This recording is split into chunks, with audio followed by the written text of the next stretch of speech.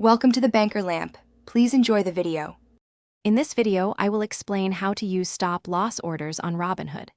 A stop-loss order is a crucial tool for managing risk in your investments. It automatically triggers a sell order for a security once its price falls to a predetermined level, helping to protect your capital from significant downturns.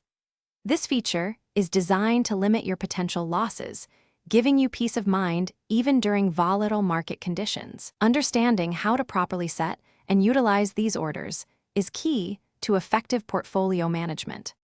To place a stop-loss order on Robinhood, first open the app and select the stock or exchange-traded fund you want to protect. Next, tap the Trade button and then choose Sell. From the list of order types, select Stop Order.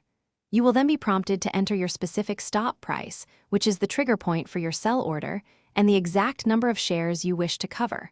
Always double-check your entries before confirming. It's important to understand the difference between a stop-loss and a stop-limit order. A standard stop-loss order, once triggered, converts into a market order, meaning it will sell at the next available price. A stop-limit order, however, converts into a limit order, attempting to sell at your specified limit price or better.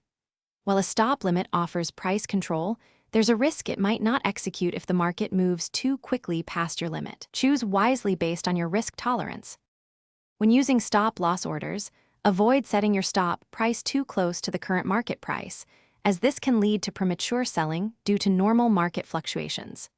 Consider the stock's average daily trading range and overall market volatility when determining your stop level. It's also wise to regularly review and adjust your stop-loss orders, especially after significant price movements or company news.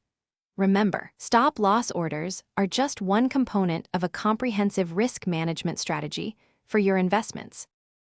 Thanks for watching. If this was helpful, leave a like and consider subscribing. See you next time.